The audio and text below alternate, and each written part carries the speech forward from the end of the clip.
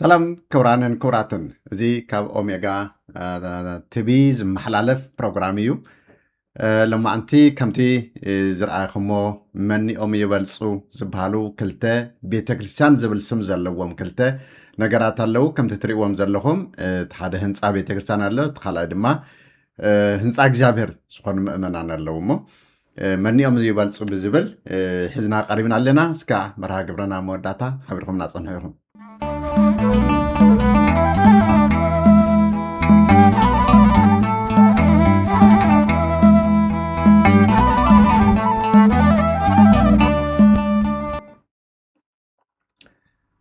ከምቲ ኣብ ኣርእስቱ ዝገለጽናዮ ብሎሚ ግዜ ብሓቂ ብጣዕሚ ብዝሕዝን ደረጃ ክንብሎ ንኽእል ኢና ማለት እዩ ትቀድም ዝግብኦ ትኽስራሕ መጀመርያ ዝግብኦ ተሪፉ ብካልኣይ ደረጃ ክርአ ዝግብኦ ኩሉ ካብ ጳጳስ ጀሚሩ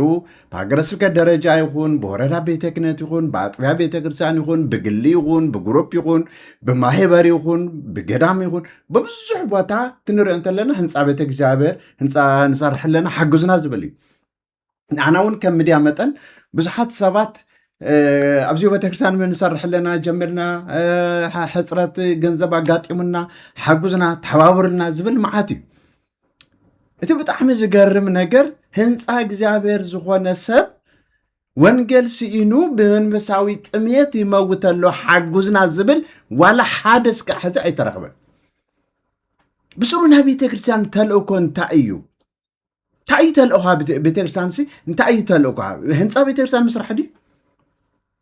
እቲ ወለዶ እናጠፍአ ብስጋን ብነፍስን ጥምየት እናሃለቀ ወለዶ እዚ ዓቀበት ቤተ ክርስቲያን ህንፃ ካቴድራላት ሰሪሓ እንታይ እዩ ትረብሓ ኣይሰርሓ ይኮና ንብል ዘለና ነገር ግን ቅድም ዝግብኦ ቅድም ኣለዎ ወለዶ ሰዓን ዘምህሮም ምስኣን እንድዩ ዝኹላይ ናብ ሓንጊ ኣትዮም ዘለው ዝኹላይ መንእሰይ ናብ ቤተሰብ ከይተረፈ ዝቐትል ወለዶ ተፈጢሩ ዘሎ እኮ ብወንጌል ስለ ዘይተሃንፀ እዩ ህንፃ ቤተክርስትያን ስለ ዘሰኣነ ይኮነን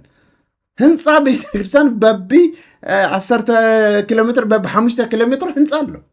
ህንፃ ቤተክርስትያን ኣሎ ቅዳሴም ኣይተሓቆለን ማህሌትም ኣይተሓቆለን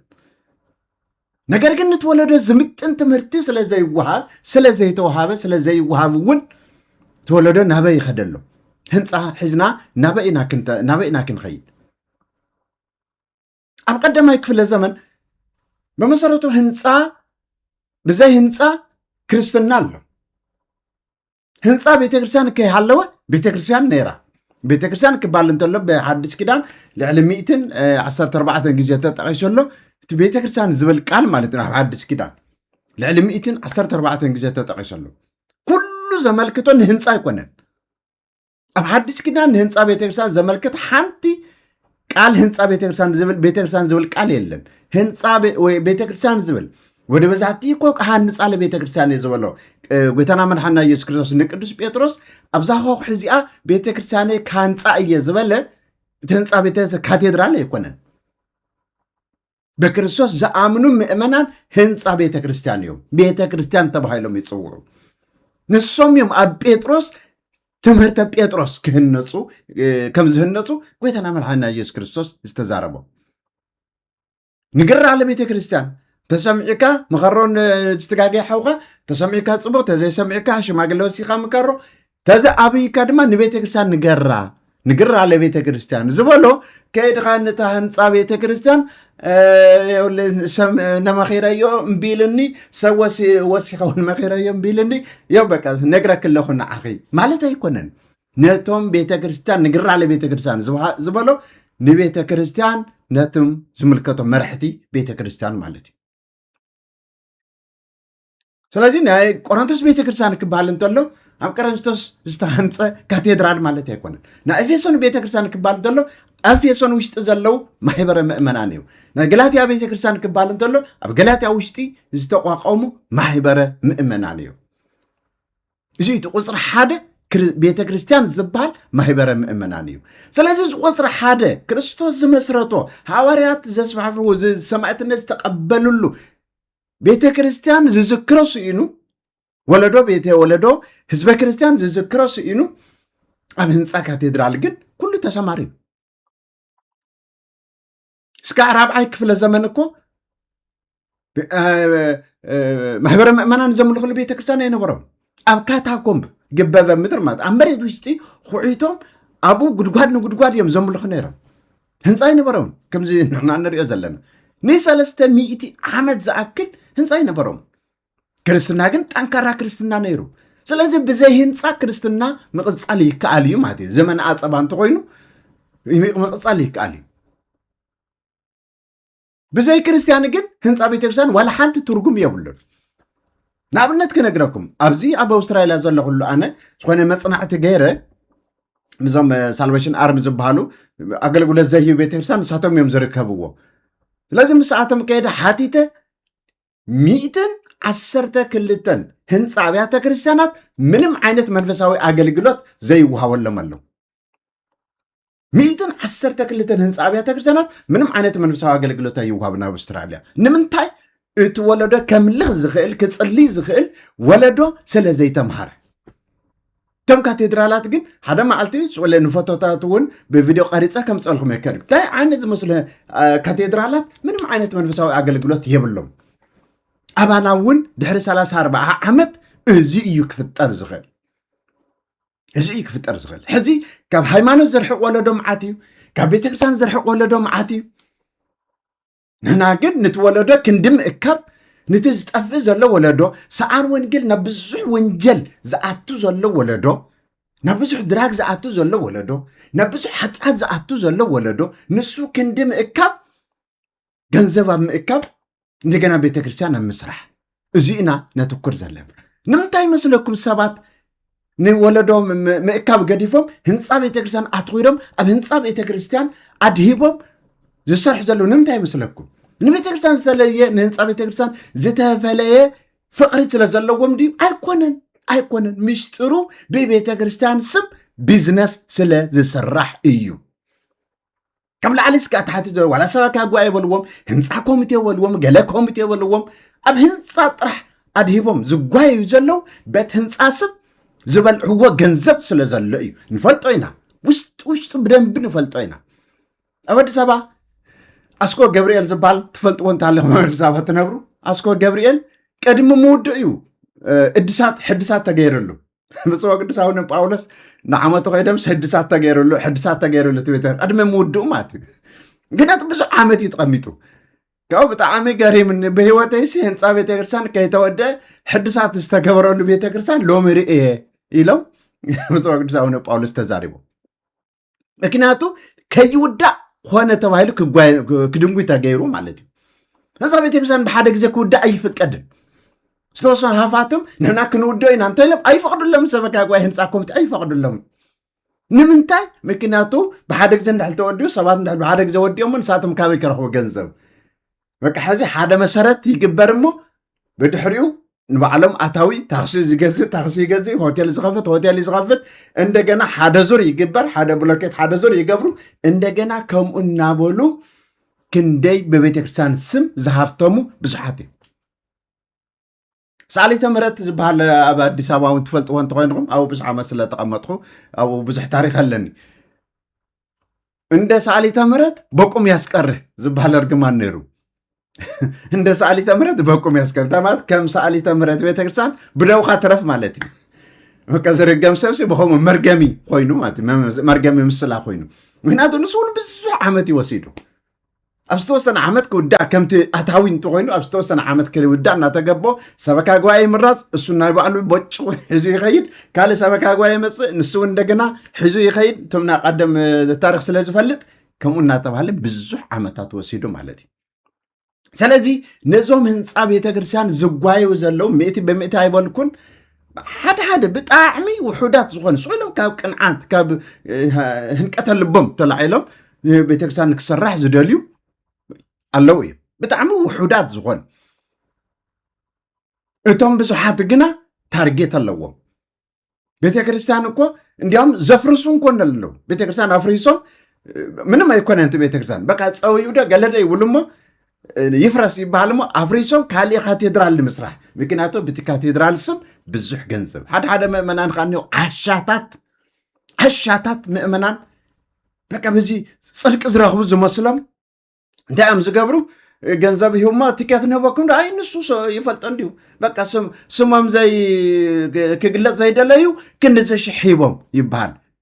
ስሞም ክግለጽ ስለ ዘይደለዩ ቲኬት እውን ኣይደልዩን ደረሰኝ እውን ኣይደልዩን ስለዚ እቲ ገንዘብ ናበይ ይኣቱ ናብቶም ጉሒላታት ይኣቱ ንሱ ብዛዕባ ሙስና ኣብ ቤተ ክርስቲያን እንታይ ከም ዝግበር ብቐጻሊ ፕሮግራማት ኦሜጋ ቲቪ ሕዚ ይሰርሑ ጀሚረሎ ብስነ ስርዓት ብቐጻሊ ክንሪኦ ኢና ስለዚ ህንፃ ቤተ ክርስቲያን ዝጓየዩ ዘለው ሰባት ንቢዝነስ እዩ እዚ ንግዚኡ ጠጠው ኣቢልና ግና ንህንፃ እግዚአብሔር ዝኾኑ ምእመናን ክመሃሩ ኣለዎም ኣብ ዓለም እኮ እቲ ዘሕፍር ነገር ኣብ ሓበሻ ኦርቶዶክስ እዩ ዘሎ እንታይ ዘሕፍር ነገር እንታይ ኢልኩም ቆረብ ተባሂሉ ዝልመን ምእመን እኮ ኣብ ካልእ ኦርቶዶክስ የለን ኣብ ራስያ የለን ኣብ ግሪክ የለን ኣብ ኣርመን የለን ኣብ ህንድ የለን ኣብ ግብፂ የለን ኣብ ግሪክ ኣብ የትም ኦርቶዶክስ ቆረብ ተባሂሉ ዝሕተት ዝልመን ዋላ ሓደ ሰብ የለን ኣዋና ጥራሕ ክንዲ ሽማግሌ ይልኣኽ ኖ ይብል በተለይ ሓበሻ በተለይ ትግራዋይ ሰብኣይ ኖ ይብል በቃ ገና እየ ይብል ታ ክትገብር ገና እየ ማለት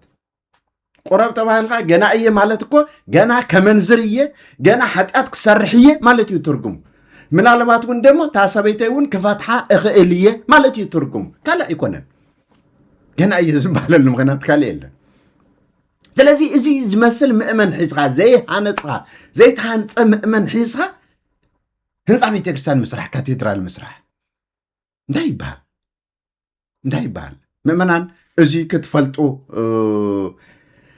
ይግባእ ማለት እዩ ንቤተ ክርስቲያን ዝኣቱ ገንዘብ ምእመናን ክትቆፃፀሩ ይግባእ አይ ንሱ ይፈልጦ መድሃኒ ዓለም ይፈልጦ ቅዱስ ገብርኤል ይፈልጦ እናበልካ ብዕሽነት መሃብ ጠጠወብሉ ትገንዘብኩም ኣበይ ከም ዝኣቱ ተቆፃፀሩ ኣበይ ውዒሉ ንመን ይጥቀሙሉ ኣለዉ ብሎም ዘበን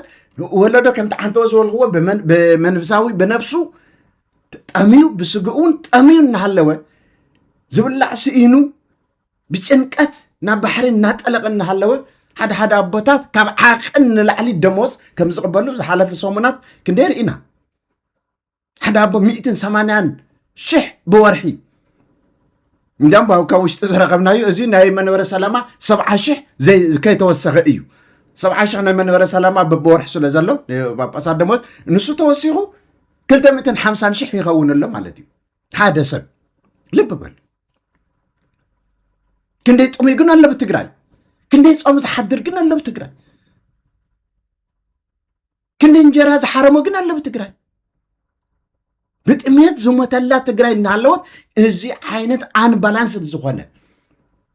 ፍትሓዊ ዘይኮነ ርትዓዊ ዘይኮነ ኣሰራርሓ ቤተ ክህነት እዚ እውን ክመዓራር ኣለዎ መንበረ ሰላማ ነዚ ዘየስተኻኽል እንተኮይኑ ካልእ ጉዳይ ንሕና ብዙሕና ተፀቢና ነርና ካብ መንበረ ሰላማ ካብ ኢትዮጵያ ዝሐሸ ካብ ግብፂ እንኳን ካብ ኢትዮጵያ ካብ ሓበሻ ካብ ኤርትራ ይትረፍ እሞ ካብ ግብፂ እውን ዝሐሸ መንፈሳዊ ምሕደራ ክህሉ ኢና ተመኒና ነርና ተቃሊስና እውን ነርና ግን ነቲ ቃልስና ፍሬ ግን የለን ተስፋና እውን የለን ድሕሪ ሕዚ ተስፋና ክመፅእ ዶ ይኹን ድሕሪ ሕዚ ትንምነዮ ክስራሕ ዶ ይኹን ምናልባት ቅርብ ግዜ ክንርኢ ንኾን ግን ኣይመስለኒ ልዕሊ ዓቐን ትሕቲ ዓቐን ጥሜት እናለወ ልዕሊ ዓቐን ደሞዝ ዝወሃበሉ ምክንያት እንታይ እዩ ምሁራን 2,000-3,000 ወርሒ ንወርሒ ገዛ ክራይ ንኢሳቶም እናተቸገሩ 3-4 ዓይነት ስራሕ ዝሓዙ ሰባት ኣለዎ ቤተ ክህነት ኣብ ትግራይ እንታይ እዩ ዝኩሉ ጭካነ ታምፅ ዝኩሉ ጭካነ ብጣዕሚ ይሕዝን ስለዚ ንሕና ከም ኦሜጋ ቲቪ ንገብሮ ነገር እንታይ እዩ ኣባገለያ ኣይተወገላይ ንብልን ነገር ግን ኮምፓራቲቭ ኣድሚኒስትሬሽን ቸርች ኣድሚኒስትሬሽን ክነቕርበልኩም ኢና ኣብ ደገ ዘለው ኦርቶዶክሳውያን ኣብ ግሪክ ዘለው ኦርቶዶክሳውያን ኣብ ራሽያ ዘለው ኦርቶዶክሳውያን ኣብ ደገ ዘለው ሃገረ ስብከት እንታይ ይመስል ኣብ ደገ ዘለው ጳጳሳት እንታይ ይመስሉ ኣብ ደገ ዘለው ቀሳውስት እንታይ ይመስሉ ኣብ ደገ ዘለው ዲያቆናት እንታይ ይመስሉ ኣብ ደገ ዘለው ሰባክያን እንታይ ይመስሉ ኣብ ምድሪ ሓበሻ እንታይ ይመስሉ ምስ ትግራይ ጥራሕ ይኮን እናወዳድሮ ኣብ ኢትዮጵያም ኣብ ኤርትራም ዘለው ከም መስተዋት ዓይኖም ከም መስተያት ገይሮም ዝርእሉ ፕሮግራም ኣዳሊና ኢና ሕዚ ኢንተርቪ ገይረ ወዲ ኣለኹ 7 ኦርቶዶክስ ኣብያተ ክርስቲያናት መርሕቶም ኢንተርቪ ገይረ ወዲ ኣለኹ ኮምፓራቲቭ ኣድሚኒስትሬሽን ቸርች ኣድሚኒስትሬሽን እዚ ብንፅፅር ክነቕርበልኩም ኢና ምክንያቱ እዚ ክንገብር እንተለና ኣቦታትና ንምንቃፍ ኣይኮነን ግን ክስተኻኸል ዝግብኦ ነገር ክስተኻኸል ስለ ዝግብኦ እዩ ኣቦታትና ከም ስሞም ቶም ጳጳሳት ብፁዓን ስለ ዝበሃሉ ብፅና ዘለዎ ስራሕ ሰሪሖም ክነመስግኖም ስለ እንደሊ እዩ ካልእ ኣይኮነን ካብቲ ዘለዎ ድንዛዜ ወፂኦም ካብቲ ዘለዎ ሰመመን ብትግርኛ ካብኡ ወፂኦም ከምቶም ካልኦት ኦርቶዶክሳውያን ካብኦም ዝሕሹ ኣቦታት ክህልውና ስለ ንደሊ እዩ ካልእ ነገር ኣይኮነን ስለዚ እዚ ብዝተመልከተ ፕሮግራማት ኣዳሊና ክነቕርበልኩም ኢና ኦሜጋ ቲቪ ፈለው ግበሩ ሰብስክራይብ ዘገበርኩም ድማ ሰብስክራይብ ግበሩ ንሎሚ በዚ ኣኽለና ቀጻሊ ፕሮግራም እስካ እንራኸብ ሰላም ኩኑ ወስብሐት ለእግዚአብሔር